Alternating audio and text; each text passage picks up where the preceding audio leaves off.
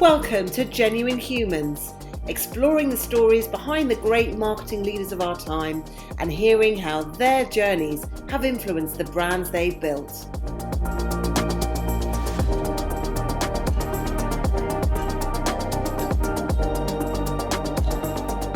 Brought to you by The Social Element, here are our hosts, Tamara Littleton, CEO and founder, and Wendy Christie, Chief People Officer.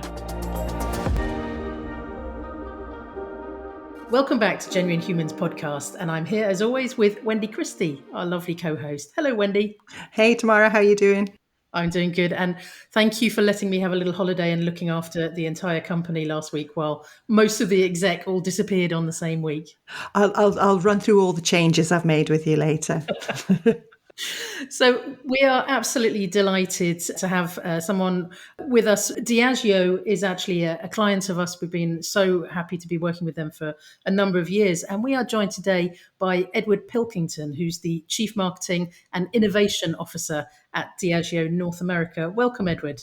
Thanks a lot. Cheers. Thanks, Tamara. Cheers. Hi, Wendy. So it's great to have you here with us. And Edward, I want to sort of get you to go through a little journey with us of your early career, because I'm keen to know what attracted you to marketing in the first place, and if you could give us just a little bit of a walkthrough of how you've got to where you are now. So why marketing? Interesting. I grew up in a family. My dad's a lawyer. My mother's a physiotherapist. My sister's an accountant lawyer. So everyone went into different areas. I've got families of engineers, and I didn't want to do any of that. But I started to get increasingly interested in the idea of selling things. And I had some holiday jobs where I was selling, and I started to sort of dabble in it when I was at university. And I thought this was really interesting. And I just liked the idea of, dare I say, persuading people to buy things. I thought was really interesting. And I think I was just interested in human behavior. I liked history, understanding what had happened in the past, why people did what they did, which influenced the world.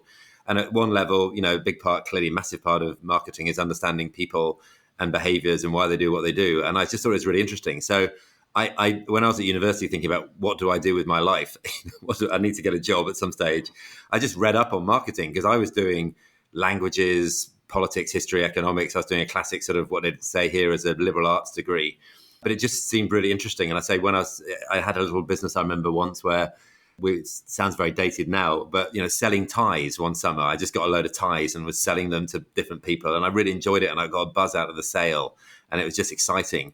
And then I wanted to do that around the world. I'd traveled a bit as a kid.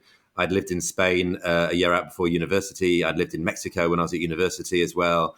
And there's a big world out there, and I wanted to go and see the world and travel and live in different cultures. So my goal was really simple. I wanted to sell stuff around the world. That was my vision. And I was very lucky with that vision when I was looking for jobs as a graduate trainee to look for big international companies that would give me a really good training. And I was very fortunate to join what was then Guinness, who had a fantastic training program. They had great brands, particularly had a fantastic brand in Guinness, which I loved and enjoyed drinking when I was a student and still enjoy drinking. And that was it, basically. So, and here I am quite a few years later, and I'm still selling stuff around the world and helping people to buy stuff around the world. So that would be sort of the why marketing. Yeah.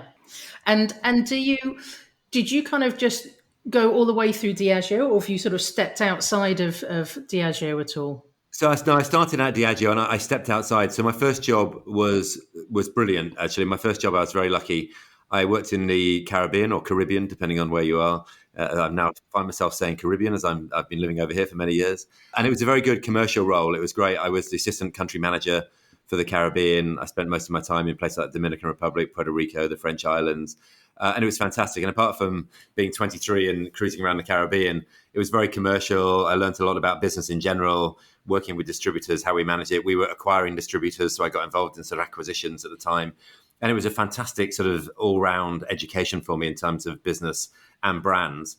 And I started getting really interested in brands and how brands were built, because that was that element of sort of, again, back to my point about I wanted to sell things. I was just interested in, why people chose one brand ahead of another, and we had a great portfolio. So I did a brief, at the end of 2 years in the Caribbean, I thought I can't spend the rest of my life in the Caribbean, much as it's amazing. This probably isn't the space to be. I'm going to niche myself. So I went back, did a job in London in strategy because I really enjoyed the strategic part of things. Just did that for about nearly a year, doing lots of work around our portfolio strategy, competitor tracking, all that sort of stuff. But then I thought I was interested in becoming a brand manager. I thought I want to go and run a brand for a period of time. I'm really interested in this. So actually I left and went to L'Oreal for a couple of years, which was fabulous, amazing organization, hugely successful organization with an amazing feel for brands and a great portfolio. And went there, had a couple of years in London working for L'Oreal, which I learned a lot, spent a lot of time over in France, was heavily involved in the launch of Elvive, the shampoo and conditioner now brand. So we were the lead market. So that was amazing. Learned a lot about, innovation, learned a lot about working at pace, learned a lot about the consumer, learned a lot about being in a highly competitive environment, all that stuff. So it was brilliant. But then I had an opportunity to basically come back to Diageo, and it was a good opportunity. So with quite a heavy heart, because I love L'Oreal, actually, I left and came back because I thought that was probably where I wanted to be long term. Came back, did a brief stint in the UK, but then started traveling again and went out to Miami and did a job in innovation. So I was the first head of innovation for Latin America for Diageo. It was me and my basically suitcase and sort of traveled around Latin America. But it was interesting because we were still pretty new as Diageo. So we did a lot of work as well back on the strategic side on portfolio strategy, looking at where we wanted to compete. Did we want to be in local brands? Did we want to be just about premium brands, imported brands?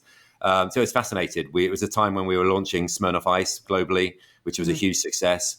So I was actually the Smirnoff Ice person for Brazil and for Latin America and part of the launch. And that's obviously 21 years since we launched Smirnoff Ice, which is amazing, actually. So that was fascinating. And we were selling brands as well, which was interesting. So I got involved in disposals and acquisitions.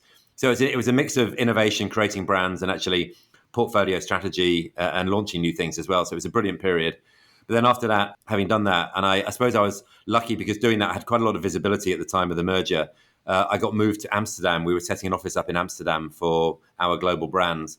And I went to run Malibu, which we no longer own, but I was the global brand director for Malibu. And I love that because running a brand globally, I think, is a fantastic experience because you spend your day, almost a lot of your waking hours just thinking about that brand and how it works and being clear about what the brand is all about at a global level, how it is positioned, but understanding the nuances around the world about how it works and making sure you're clear of the similarities, but you're also clear of the differences, which are often cultural differences. So I did that for nearly 3 years, but for various reasons, we had to sell the brand. Notably, we bought Seagram, or half of Seagram. And with that came brands like Captain Morgan, which are amazing brands. And for better, for worse, and in their infinite wisdom, the Federal Trade Commission were not particularly happy about us continuing to own Malibu. So we sold it for quite a lot of money, which was great. And a lot more money than we would have done had we sold it 3 years previously when I took over the brand. So I suppose that felt good. And I always look at it with a degree of fondness as I look at it now, even though it's run by one of our competitors. So I did that, and it was a bit like, where do I go now? And I went down to Australia. I wanted to run sort of broaden out, get back into a market. So I went to be the head of marketing, so marketing director for Australia, which was amazing, which is at the time, I think it was about our 5th biggest business globally, fully integrated business. So I learned about running a marketing department, sitting on an executive team. We had a great portfolio. Bundy Rum was our biggest brand, had a lot of fun. Learn about convenience, RTD, ready to drink was a huge part of the portfolio. It was over 50% of the business. So again, I learned about sort of a different part of the portfolio, how to build out a ready to drink business. It was a fully integrated business. supply was down there because obviously you're a long way away. Mm-hmm. And just living in Australia was amazing. The lifestyle was great. It was a work hard, play hard type of culture, which was a lot of fun. So I did that for 2.5 years, was blissfully enjoying it. And then they sort of took me away, kicking and screaming. I was like, no, I'm really happy here. Like, no, we think you need another opportunity to learn and grow as a leader. And I said, no, I'm really happy. Honestly, I can learn and grow more here. Anyway, so they took me away from living on the beach in Sydney, and I moved back to Miami, where I'd been before. And I went to be the head of marketing and innovation, so basically the CMO for Latin America. And I did that for 5 years, which was amazing because it was a time when Latin America was really booming. Mexico was growing, Brazil was taking off, Colombia was going through a big change, a very positive change. Chavez was still in Venezuela, but people were still enjoying plenty of Scotch whiskey as well, which was great. So it was a fascinating period. And we really invested in the markets and grew and had a lot of fun. And I spent a lot of time traveling around the markets. And I've got a huge affection for Latin America. As I mentioned earlier, I lived in Mexico when I was a student, and I've traveled around. So it was amazing. So personally, it was amazing. Loved it. Worked with some amazing people. Just a very warm culture full of possibility, which was fantastic. So I did that for 5 years. was again blissfully happy, really enjoying it. Also lived pretty much on the beach, so I was having a good time. And then my then boss said, right, you've pretty much had 10 years living on a beach. We're going to move you back to Amsterdam. So again, semi-kicking and screaming, I moved back to Amsterdam.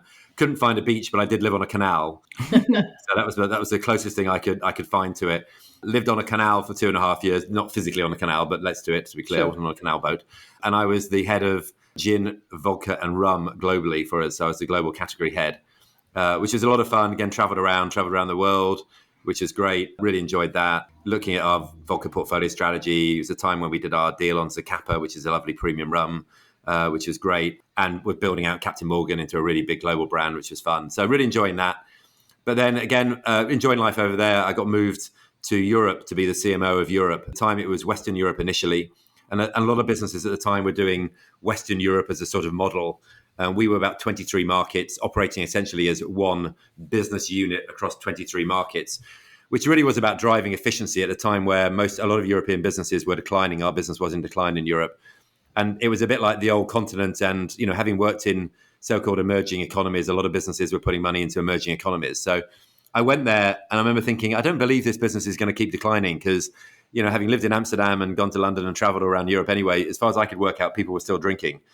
They weren't sitting at home feeling depressed about everything and going, oh my God, I'm living in a continent which is moribund. So we sort of worked out that there were still a lot of people in Europe who were drinking and drinking responsibly, I'm glad to say. And so we had a great period. I was there for 5 years. By the time I left, the market probably got too big. We were 60 markets operating as one market. A couple of years after I left, they rightly broke it back down into 5 because it probably got a little bit too big. But it was a lot of fun. We grew the business. We had a lovely beer business in GB and Ireland and some other places, which was great in terms of me really being able to get my arms around Guinness, which was a lot of fun, and a good spirits business as well. So that was a lot of fun. Really enjoyed that, and it was an interesting and good leadership challenge. And then so I was pretty happy. I'd moved back to London for the first time in many years, but then I got a tap on the shoulder and got moved over here. So I'm now in New York. And for the last 4 years, I've been the Chief Marketing and Innovation Officer for North America, which has been great. Really enjoyed it. Love living here. I'm not on a beach. I'm not by the water, but I am by the park, which is nice. And the business is doing well, which I'm glad to say. So it's been a good ride. And it's incredible to see that support from Diageo to grow your career in such a sort of phenomenal way. But also what comes across really strongly is your willingness to sort of move to different territories and just sort of give it a go in order to sort of progress and help the company as well. Yeah, no, it's true. It's I've definitely been flexible, and sometimes it puts you. It can cause issues personally, and it can be tricky, and so it's not always been smooth sailing. But normally I go into sort of 2 weeks of sort of personal crisis of oh no, here I go again. Am I going to do this? I learned when I moved to Australia. I think when I moved to Australia, I bored all of my friends and family for about 2.5 weeks because it's like, because actually I had an offer because the brand had been sold at the time, Malibu had been sold, and I had my hands tied. I couldn't talk to Diageo about roles. So I had somewhere else I could have gone to. I had another very good job offer, and Diageo really wanted me to stay. And, being offered Australia, which is the other side of the world, was a great offer. And I had a bit of a dilemma. Do I candidly stay in the UK? I'd moved back there with family, friends, relationship there, etc. Or do I move? And then I remember just waking up one morning. I was like, I cannot miss the opportunity to go and live in Australia. Someone's paying me to fly me down there to live in Australia in a fantastic business. I've got to do it. And I think that was always my attitude. It was like, even coming here, I'd always thought living in New York would be amazing. And I thought maybe my time had gone. I should do it when I was like 31. And I didn't do it when I was 31 because I was living somewhere else great when I was 31. I was very lucky. But I was a bit like, I've got an opportunity to live in New York for like a few years. That's amazing. So, and similarly, when I moved back, moved to Miami, it was like, that's just a great city to live in. So I've been very fortunate. So sometimes, yes, it's difficult. I think you normally go through a couple of weeks of soul searching. Is it the right thing to do? What do I want to do? Hopefully you've got people around you who are supportive and helpful about it, which makes a massive difference.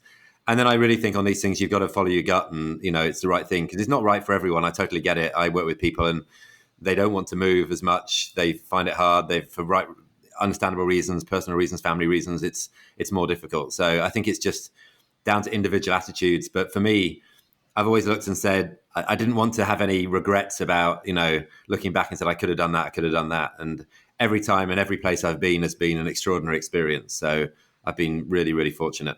And I do think one thing I would say, funny enough, actually, my jokes about living on the beach, I think there's a bit when you get there, immerse yourself in it, because you're going to work really hard and you've got to throw yourself into the business and you're going to work many, many hours. But there is a piece about really make the most of, where you are and experience you're going to have. And I think that's really important. So for me, it's sort of joking apart, it has been get somewhere great to live, live somewhere great, which is going to give you amazing memories where friends can come out, family can come out and stay and just have a great time. I think that's so important. It's like you just want to share the experience with people. And I think that's really important as well. And had you moved around much as a family when you were a child? I mean, this willingness to just up sticks and go, I mean, it's quite brave. Yeah, I never really think it's particularly brave, but we moved down. My family originally from Manchester. We moved south, so there wasn't a lot of movement. We travelled a bit though. My father, he's a lawyer, but he's a fantastic linguist. So spent quite a bit of time with his work in Germany and France and travelling around. So just around Europe. So as a kid, travelling holidays. But I think as well, because he was such a good linguist, and my sister's pretty good as well, and we travelled around. I always liked that ability to be places and immerse yourself in different cultures. And I think I learned that. And, I got sent off to, I never did the school ski trip. I was always the person who got sent on the language trip to go and learn stuff, which at the time felt a little bit more boring. It was like, they're going, right, you got one choice. You either go and immerse yourself with a French family for a week and put yourself through that, or you can go on a ski trip. And I was always sent on the sort of the educational version, which is why I'm really bad at skiing now.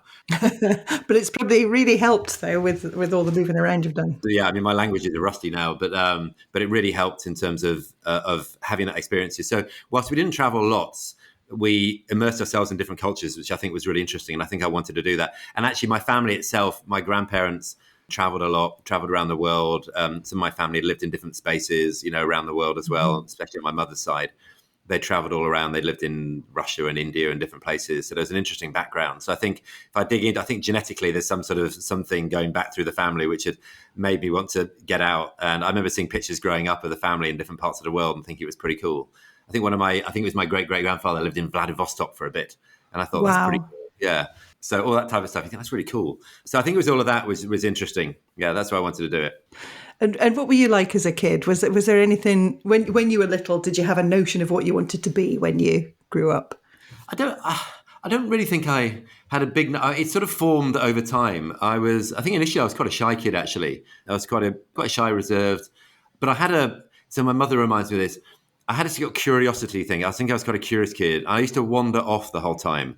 So I'd get lost because I would go off and explore. So I think there was a bit about an innate sense of exploration and wanting to go and see things and do stuff. My mother tells me literally stories about where I was like in department stores and I'd wander off and they'd have to find me and they were like making announcements over the speakers to try and find where I was and stuff like that because I just would leave them behind. So I think that there's a bit about that. I'm pretty independent. So I think, I need people around me, but I think my independent side came through as well. And I think I built a decent amount of resilience as well as a kid. Well, wandering around department stores on your own. Around surviving in department stores when you're 3 years of age and not really being too bothered because I thought I was okay, clearly. So, so I think there's a bit about, I was very fortunate. I was a weekly boarder at school from 13 to 18, but that toughens you up a little bit in some respects. Very lucky. It's not that my parents wanted to send me away. They wanted to give me the right education. So I was very fortunate. I really understand that. It's very lucky. But again, I think all that sort of stuff builds a bit of resilience in you. And then I think as I formulated, what do I want to do?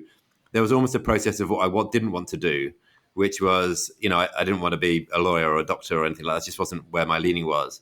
I think I was really interested, as I said, in sort of the arts. I was interested in history and language and the world and politics and all that stuff. I was really interested in politics and what made the world tick. And then as I got into that, I thought I was quite interested in human behaviors and what made that work and stuff like that. And I think that sort of drifted as I explored it. As I said, that started to get me into, how could I do that and make some money out of it? And started to realize actually selling stuff was a good way to do that. And the more I learned about it, that's how I sort of got into it. So it sort of built over time. And then the other stuff I really loved was, as I was growing up, was sport. I love the world of sport. I played sport. I was average at lots of sports. I was like a jack of all trades, master of none. But I really enjoyed that. But I knew I was never going to build a career in it. So I sort of ruled that one out. Was there anyone in particular that you looked up to? I mean, there were lots of people as I was growing up, but I think, my parents, who were, big influence on my life and my family. I think at school, there were some sort of, again, some good influences. in terms of sort of people who sort of, I think, really understood me and understood what would be best for me. Even I went to a smaller school, not a big one, which I think at the time people think that would suit me as I sort of expanded out and needed that sort of bit of, I think, care. So as I went through it, there was some good people who I think supported me, as I was definitely going through sort of the first years of my life. And then as I went into my career, I definitely had some great people who really, really supported and helped me. So who are some of those? My first boss was amazing. So I joined, it was a guy called Philip Lewis. And I joined Guinness, and I remember they invited us. I was joined as I said, I started in the Caribbean. So my first job was a graduate trainee in the Central America, Mexico, West Africa, and Caribbean region. And I got that job because I went through the interview because I'd lived in Mexico as a student. And I remember going through the interview, and it was a pretty rigorous interview process. It was like first round of all the interviews and all the psych tests and all that sort of stuff, and then another level of interviews, and then you go away for 2 days and all this sort of stuff. And I think I got the job because I'm sure there were lots of smart people clearly who were trying to get jobs there. But I think the fact that I'd travelled and I'd lived out there, and I remember them asking me the story, and I'd got stuck in a hurricane for a few days where I was literally down and out and had to sort of survive. And I think stuff like that got me the job. I'm sure it did, because I was seen as sort of, and obviously I'd lived in that part of the world, spoke the lingo. And so I went straight into that role. And I remember it was interesting. They invited me and a guy called Luke, who was joining to go and work actually ended up in Caracas.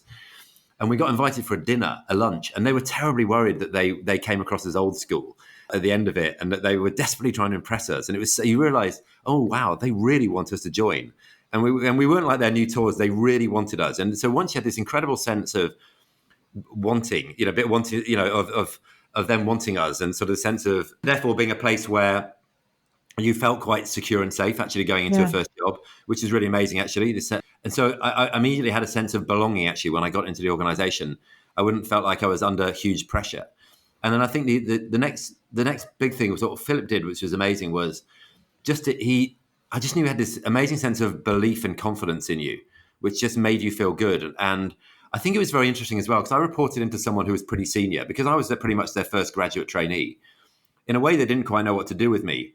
But therefore, I reported into someone really senior. So I didn't have lots of time with them. But the time I did have was really invaluable because I just learned a lot. But then what he did was he'd give you pearls of wisdom and then just send you off to do stuff and make stuff happen. So it forced you to sort of basically rely on your initiative, your ability to go and make things happen, your creativity, all of that sort of stuff, and candidly your nous, your common sense, versus sort of being almost told what to do, which can happen a little bit. And I really also believe there is something interesting when you start a business is, how you get that first reporting line, or how you get the reporting into the level or the contact into people with sufficient sort of experience, coaching ability, seniority, so you really learn. And there was I'm going to give you a brilliant example.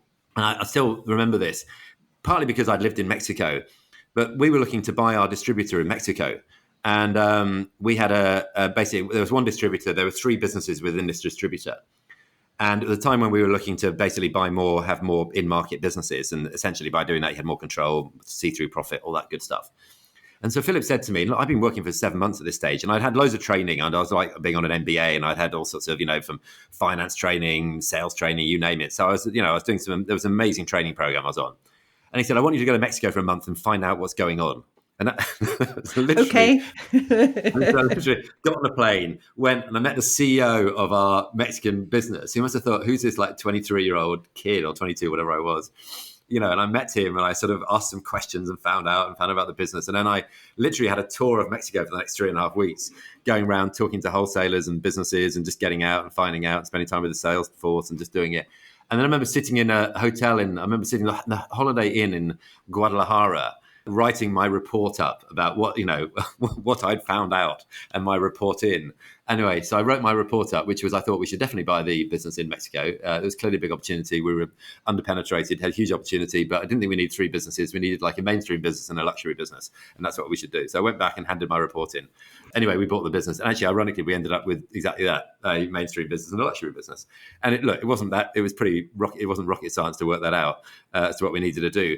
But what I loved about was just like, go off and do it, go and do it and come back. And it was that sense of belief in me. And he was always like, you're going to do really well, and I say it gave me this real sense of security. I mean, I always had this sense of And part of me still is I'm restless, and I always have this. If I don't deliver, I have a huge sense of I've got to deliver. So that's still innate in me as I am as a human being. But I do think if you create what you need to be is people who believe in you and push you, and I think that's really important. The sense of belief gives you that sense of I'm good, the sense of being pushed as well, which is if you believe in people, you've got to push them and you've got to make them better and better and better. And you look at great coaches in business, in sport, in art, stuff like that, whatever it is. They believe in people, but they push them and push them. And I think I had that. My best bosses I've had many great bosses. I've been really, really fortunate. I've got a great boss at the moment. I remember when I was in Latin America, I had a great boss who was hugely a very warm human being, lovely human being. I had some amazing coaches at the time as well. He really believed in me, but consequently really pushed me, because it was about how do you make the most of what you are as a human being, and how do you make the most of what you are as a leader. And there is that piece about really making the most of who you are, and that sense of, trying to do the best for you and then for others around you, for the business, and dare I say the impact that we all can have in our own different levels of way on the world as well. So I think it's really important. So look, I've been super lucky. I've had some amazing bosses over the years. So I've been very fortunate, and I've learned a lot from them, and I've had some great coaching as well. And that's a lovely sort of segue to leadership itself, just to sort of talk about your own leadership. How would you describe your leadership style? And also, do you think it's changed over the last couple of years, given what we've all been through? Yeah, I think over the pandemic, it's probably what the pandemic did for many businesses was accelerate things. I mean, our business has accelerated hugely. We've put on a lot over the last. We've grown our net sales value by like 44% over the last 2 and a bit years. So it's a lot in a business which was pretty stable business beforehand. So we've really seen the business accelerate. And I think actually in a funny way, people's leadership has accelerated. I think what it's done is you dig into almost the core of who you are as a leader. And it's almost put some of those leadership things and put them a little bit on steroids in some respects. So if I think about me as a leader, if I said, what am I about? What's at my core? I'm a big part about possibility, about creating possibilities, about opportunities. So that really is. I mean, my purpose in many respects is about creating possibilities, and with great people. It's about doing extraordinary stuff with extraordinary people. That's why I love to work with great people to deliver amazing things which make a difference. That's what motivates me. And my core is about, I get excited about possibilities and new possibilities. And that's not about just new. It could be taking core businesses and building them. Making, we run brands which are 1 year old and some are 400 years old. And I love that and how you build it. But it's always about how you build for the next and for the future. So a lot about possibility. I think I'm a pretty collaborative leader. I do believe in, collaboration and working collaborative across teams. I'm not a micromanager. And I think through that, I think we worked very closely as a team. So I worked very much through my leadership team. We connected more than ever. And I think that's what happened in COVID as well. Strangely, the world of Zoom and being physically apart, in many respects, a lot of businesses came together more because you had to. So I think that element of coming together regularly to discuss what you needed to do.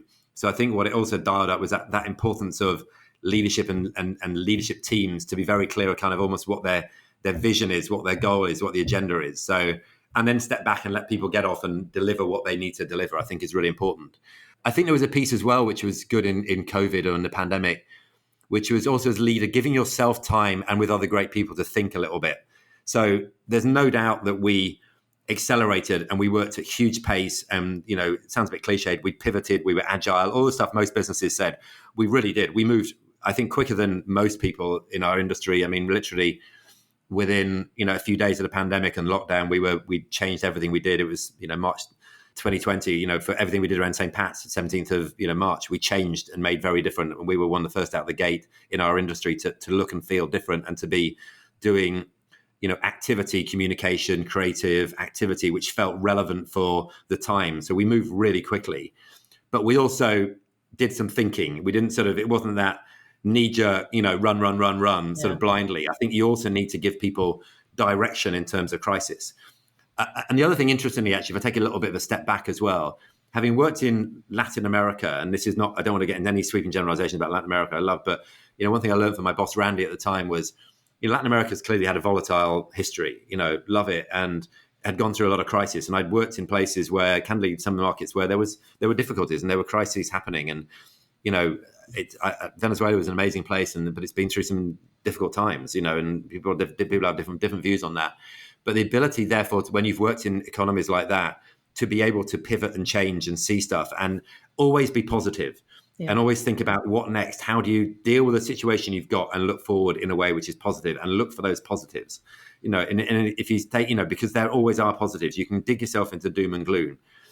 So what is it you look to drive and lead that agenda in the business as well, I think is really important. So I think because I'd had experience of working in countries where there'd been more economic and political volatility, which had meant you have to be flexible, you have to move quickly, you have to adapt, had really helped me actually a little bit as we went into COVID. Then the piece I said about thinking is really important. You do need nonetheless to make sure you are thinking out and you are clear about when you are moving and changing your strategy and your approach, that it's thought through. So we got to some very clear principles about how we were going to operate, which is essentially about, we still needed to create desire for our brands. We need to make it very easy for people to buy our brands. So we switched a lot of work into, clearly e-commerce, digital, how we drove that. All of our spend went to driving people at home. How do we facilitate people having great drinking experiences at home responsibly? And then good, basically, and what were we doing around really helping people and helping communities at a time when communities desperately needed it. So setting a framework out, again, I think was really important. So I think the ability is, for me, creating possibilities was at my core. So the ability to be there and create possibilities and look from a positive lens of, in our case, in our industry, people were still drinking. People still wanted to have a drink. They wanted to enjoy themselves, hopefully responsibly, which is what we want. They were just doing it differently. They were stuck at home. So how do we do that and make sure they were drinking our brands responsibly on those occasions when they wanted to do it? That was the difference. And how do you make sure that you did that and you got there and candidly did that ahead of the competition? That was what was so critical. How do you create a framework that you're doing that to drive the business? And then what are you doing conscious of the world to do good and help communities? And I'm really proud of so much of the work we did over that time in terms of helping communities, from what we did to help the bartender community as all bars shut down was an obvious one, to just different communities in general as we went through that period through our brands and as a corporation in general, basically. Yeah. And as you said, there was sort of like perhaps some inbuilt crisis management skills, but also the resilience from what you said as a young boy growing up that I think leaders need that resilience as well. Yeah, I think so. Definitely. I think I'm, because I've put myself into situations where I've got to move, learn. I'm get into the next situation. When I was 18, I went to live in a school in Spain, and essentially it was a borstal. It had a perimeter wall. Wow. I thought I was going to some sort of really, like it was extraordinary. And I was a teacher. Most of the kids there were like 3 years older than me. And I was like this, fresh-faced young kid. And I was like, you really had to dig deep inside and go, right, how am I going to make this work? I can't quit. And I think there is a natural resilience in me. And then I think, that sometimes people thrive on a bit of a crisis. Yeah. It can be energizing. There was something about that. Look, it was a terrible period for the world. But I think actually you've got to look at it and go, how do I make the best of this? You've just got to have that. And I do come back, and I think you do need businesses, people who are framing the opportunity and the possibility. I think it's really important. There'll be other people who will be doing a lot of the pragmatic leadership stuff, which is really important and stuff like that. But my core really is about creating those possibilities, and that's really, I think it really came out during COVID. Yeah, it's something at the Social Element that we really noticed that it was all about having a very clear strategy and nothing else mattered. And actually in that time, kind of having the energy to come back and say, what is our core of our agency, and it's all about, caring about our people and our clients. And actually it's remarkably simple, but you kind of need that clarity of thought while everything else is going a little bit crazy around you. No, you really don't you? I know at a global level, Ivan, our CEO, who's fantastic. He talked about, caring for our people. And then the big mantra globally was emerge stronger, which is just very simple. How do we get out of this stronger as an organization? And then, I think what we did here and what I tried to do here was put that framework in place for how we managed our brands and built our brands and what we did. And I think, you're right. If you've got that, people get it, don't you? It's simple, isn't it? Simple language around that. And then people need to hear that. It's reassuring from leaders. And when they've got that, then again, back to what I said earlier, that gives people a certain sense of security. It's never going to feel 100% secure, but if you can give people a little bit of sense of security in difficult times, look, people are still going to have to deal with ambiguity, and big leaders, the other pieces, that ability to navigate and manage through ambiguity is so key. And I think I've always been able to do that. I've always been able to sort of live in the grey for a bit, manage chaos. I think, I'm a fairly good at understanding chaos theory about, it will get to order. Yeah. I also understand that other people don't deal with it and manage it as well as others. And I think knowing that as well is quite important. So how you navigate and look at your teams and other people about how they are in times of difficulty, because people will. I think there's the other big people do react differently, and for some people it's harder than others, and you need to recognize that as well. Yeah, absolutely. What are you most proud of, either in or outside of work? I generally don't go around and think, oh, I'm really proud of loads of stuff. I think so when I reflect on what I'm proud of, I suppose I'm proud that I've taken maybe what might be seen to be bold moves and moved around and taken chances and pushed myself. I think I always think I can do more, could have done more, it's all of that. I could have probably, could I have lived in more places? I don't know, maybe. Could I still? Yes.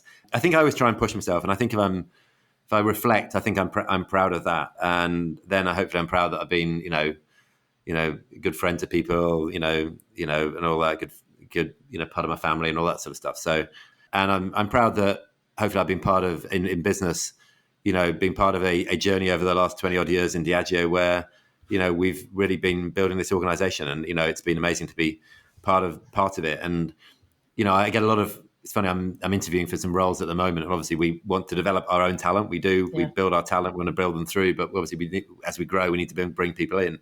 And I get a lot of, wow, you've been there such a long time. That's amazing. Sometimes I think, oh gosh, I'm like the old guy, and I must thought that really boring, but then I haven't taken risks and moved, but I've moved a lot, and and we've changed a lot as an organization. I'm really proud to have been part of that journey, because it's been an amazing journey. So that's what I'm pretty proud of, I think. That's a great answer. So I think it's time to move on to the bit of the podcast where we get a bit more personal, if that's all right. So let's just start with an easy one. What's your idea of a perfect weekend? And do you have any guilty pleasures? Perfect weekend would be in lovely location. I've talked about the beach, could be down, but I'm not actually a big sit on the beach, but I love being down by the water. So walking on the beach is great. Going for a swim is great. Lying on the beach for 6 hours, not my idea of a good time. Bit too fair skinned for that. But going for lovely long walks, or hiking, as they'd say here, going for a really good walk out in the country, wherever it might be, love doing that. Watching Manchester City play and win, which I'm glad to say they do more of now than they did when I was a kid. But I'm back to my roots. I said we're all from Manchester, so I grew up in a family which is a huge City family. So either going to a game there, and if I did, then that'd be a nice weekend, or watching them. Watch a lot Saturday mornings. I love here Saturday mornings, getting up, living in America, and having the football/soccer on, depending on what you call it. It's just brilliant having it on the background. So I love that. That's a great part of the weekend. When they win, it makes a big difference. And then going out, family and friends, I enjoy eating in and having a great, and I love going out. I love going out to great bars and restaurants, eating good food, having great drinks and cocktails, part of the nature of my business and doing that. So I'd say, beautiful locations, going for great long walks, keeping myself fit by doing that. And if I can squeeze in watching a bit of soccer, football, stuff like that, that's it. That'd be a perfect weekend with great people. Fantastic. I think we're very aligned on the food element as well.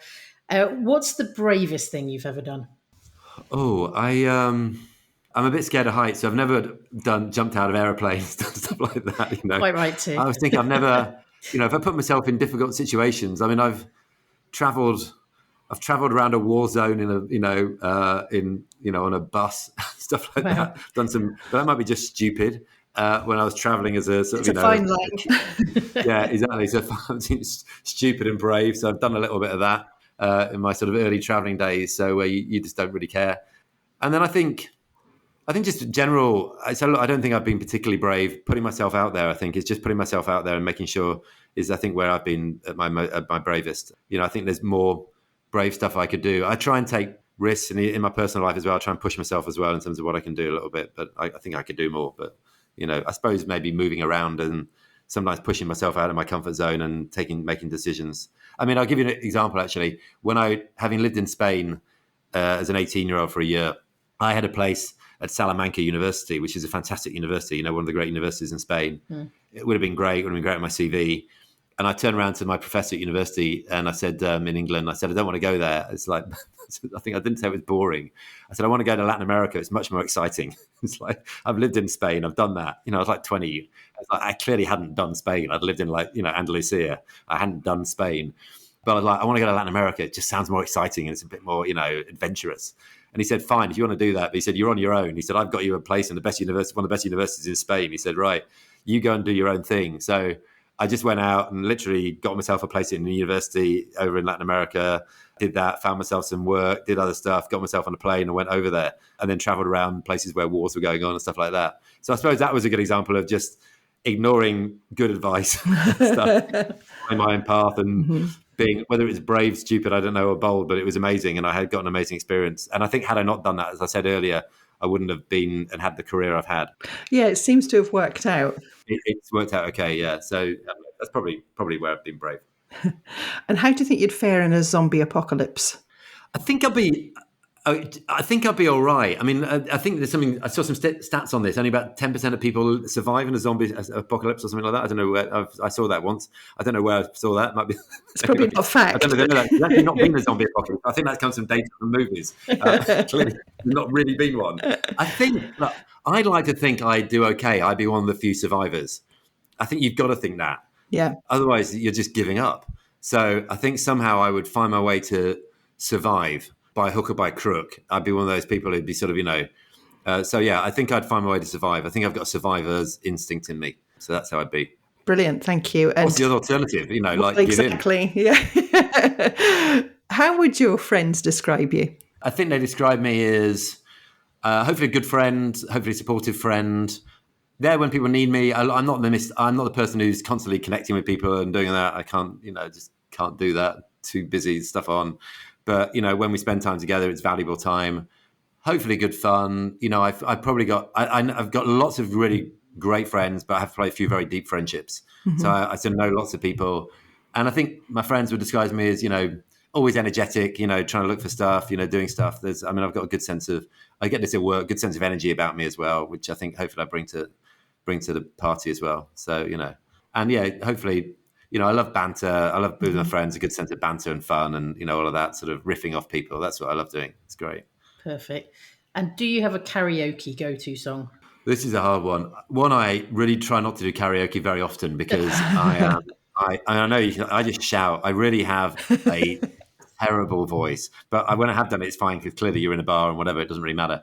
I got kicked out of the school choir after 10 minutes. I've had a couple of chastening experiences, which again I've come out of. But I was put in the school choir when I was 11, and literally there were about 25 of us in this thing. I don't know how I got in the first place. I think because I was learning the piano, and they put me in because I was doing, and I was literally hauled out. They literally pretty much hooked me out of the school choir. I said, "You can't sing," and was sent off. It was, again, back to resilience. I had to dig deep and realize that this clearly wasn't going to be my career. But if I did it, I'd say best karaoke song. My quick one, journey of my life in sort of music. I started when I was very young. Bands like The Damned, I loved. I saw them in New York a few weeks ago. Fantastic. They're amazing. Still on the go. Really amazing. Got into them through my elder cousin, who was, great guy. If you give something like Oasis, they're great. It's my Manchester roots and stuff. But something like Stay Young is amazing. It's Stay Young and Be Invincible, stuff like that. Stuff like that. The lyrics are great. Would be an amazing, great karaoke song. So something like that would be good, I think. Yeah, you can pull off a nice indie song as well. So yeah, exactly, something like that. Yeah, yeah, exactly. Some good. I like good indie music, basically. So I think you'd be in that space. Fantastic. Ed, it's been an absolute pleasure to have you on the podcast. Thank you so much for being a part of this. And before we go, I want to sort of ask if there's anything that we haven't asked you that you would like to talk about, or I can let you have the closing thoughts. No, thanks, Tamara and Wendy. I really appreciate it. No, I've really enjoyed it. No, thanks. Hopefully, I think you got a flavour of my life, my journey. Actually, we didn't talk a lot about brands and marketing, really. We talked a bit about principles, but, I think I talked about what I love doing is I love building brands, and I love understanding people and humans and where they're at and how you get people to buy the brands and make people fall in love with brands. And I love doing that. And that's been a big part of my career as well. I think that I've been motivated and enjoy building brands, and that's been a big part of it. But I think otherwise you've got a pretty good flavour, I think. So it's been nice. I've really enjoyed it. Thank you. It's been lovely to reflect a little bit and reflect on my journey. So thank you very much.